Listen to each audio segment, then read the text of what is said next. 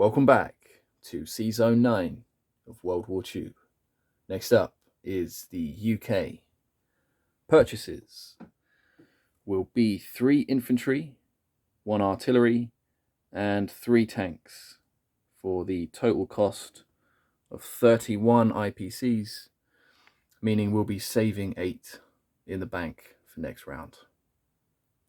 Combat.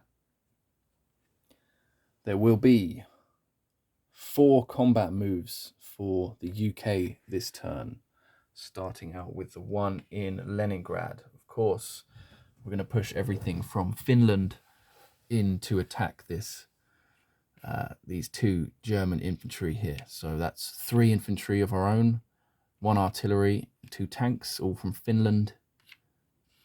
And we're also bringing in some stuff from Moscow. We've got 1 fighter.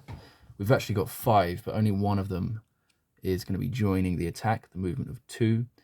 And then we also have a tank in Moscow, which will blitz through West Russia on its way to Leningrad. So let's update that part of the board straight away. The UK will come up to 35, and Germany will come down also to 35.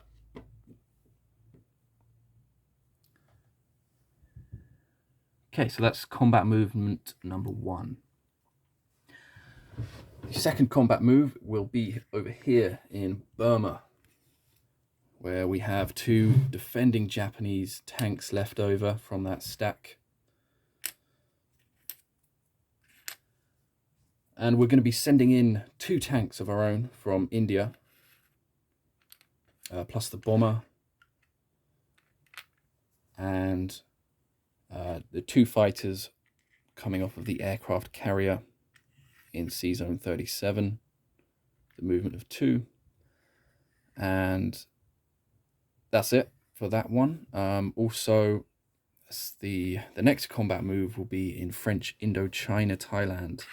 1 tank from India will board the transport ships, or one of the transport ships at least, and just walk into French Indochina, Thailand. So let's update that as well straight away. That's +2 again for the UK. The UK will come up to 37, and this time Japan comes down to 31. And finally, of course, we're going to take care of these 3 transport ships just outside of Malaya, with the submarine in sz9 Philippines, number 48. So that's an instant kill for the 3 transports. So everything else, we've got 2 battles to resolve. So let's start out with, let's do Burma, since we're here already. So we've got 2 tanks, 2 fighters, and a bomber up against 2 tanks. So 2 tanks, 2 fighters, and 1 bomber. And we should get at least 2 hits here. Let's see what I get though. Well, just 2 hits. So it was enough, thankfully. But let's see what the Japanese can do here on the return fire. 2 Japanese tanks returning fire with a chance to score 2 hits. Can they do it? No, they get nothing. Ooh, sorry, no limit.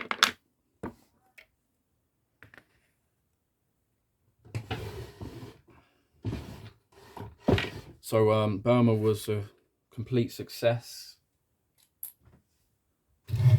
We've taken over Burma with 2 tanks, and let's update the chart once again while we go. Japan comes down 1 more to 30, and the UK comes up 1 more to 38. So the last battle we need to do then is the one up here in Leningrad. Shouldn't be too much, too difficult for us. No, I'm not gonna pause. That's not good practice. We've got one infantry and artillery pair, and 2 infantry on top of that, unsupported. We've got 3 tanks and 1 fighter.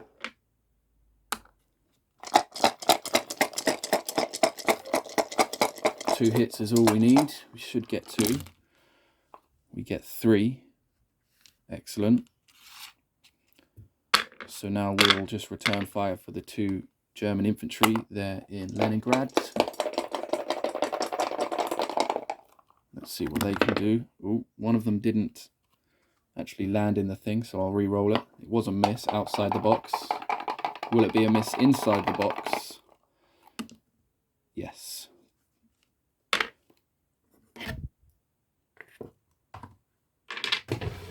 Okay, so another successful battle. I get all the luck when I don't really need it anymore. Figures. So 2 German infantry eliminated out of Karelia, and this time it's going to be a liberation. The Russians will go up 2 on the chart to 22, Germany down to 33.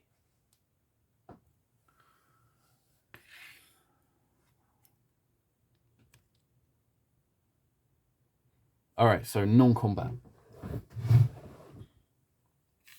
The fighter in Karelia with 2 movement left. It's going to move into C-Zone 5 and then 6. And of course we'll land on the carrier, which will move from C-Zone 7 into C-Zone 6. And the rest of the fleet down in 13 will be coming up to C-Zone 6, bringing along with them the 2 infantry and 2 artillery from Morocco, as well as the destroyer and cruiser, of course. The infantry and artillery will go to Norway.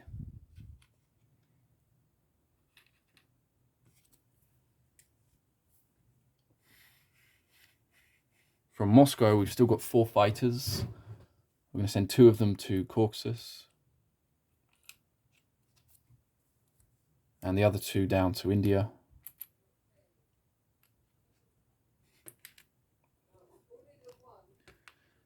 And the tank in Xinjiang will move back to Moscow.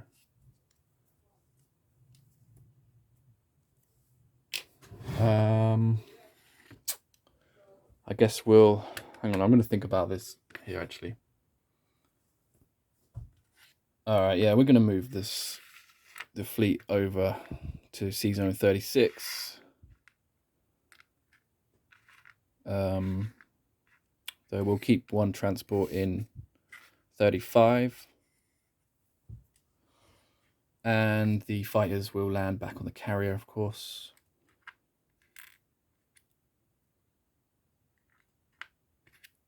I've also changed my mind about these 2 fighters in Caucasus, just 1.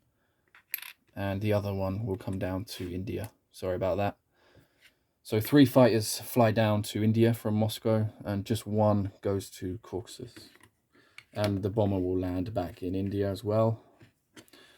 And let me just have one more quick scan of the board. And second thought, this transport that was in here, it's going to go to 34, not 35. But I think that's everything to do. So let's place units. So the 3 tanks going in India. And the rest will be going up into the UK. 3 infantry and 1 artillery. Collection, we're at 38. on the chart.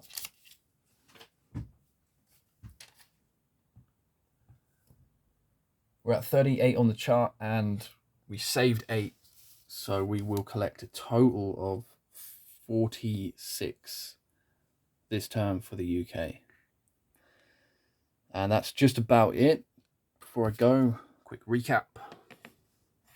In the UK, we have 3 infantry, 1 artillery, and an AA gun. sz9 has the aircraft carrier, destroyer, cruiser, and 2 transports. Norway has 2 infantry and 2 artillery. Up in Karelia, we've got 3 infantry, 3 tanks, and an artillery. Moscow has a tank. Caucasus has a fighter.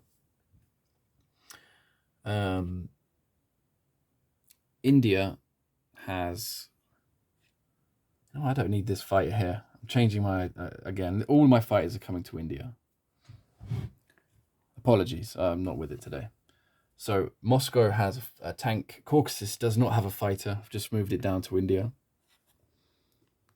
India has 4 fighters, 1 bomber, 3 tanks, and 2 American fighters also. We've got a transport in sz9 Burma, 2 infantry, 2 tanks. Told you.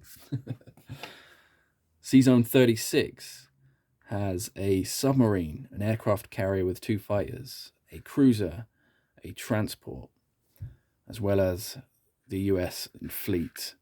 Thailand has 1 tank. Western Australia still has 1 dude. New Zealand, 1 guy.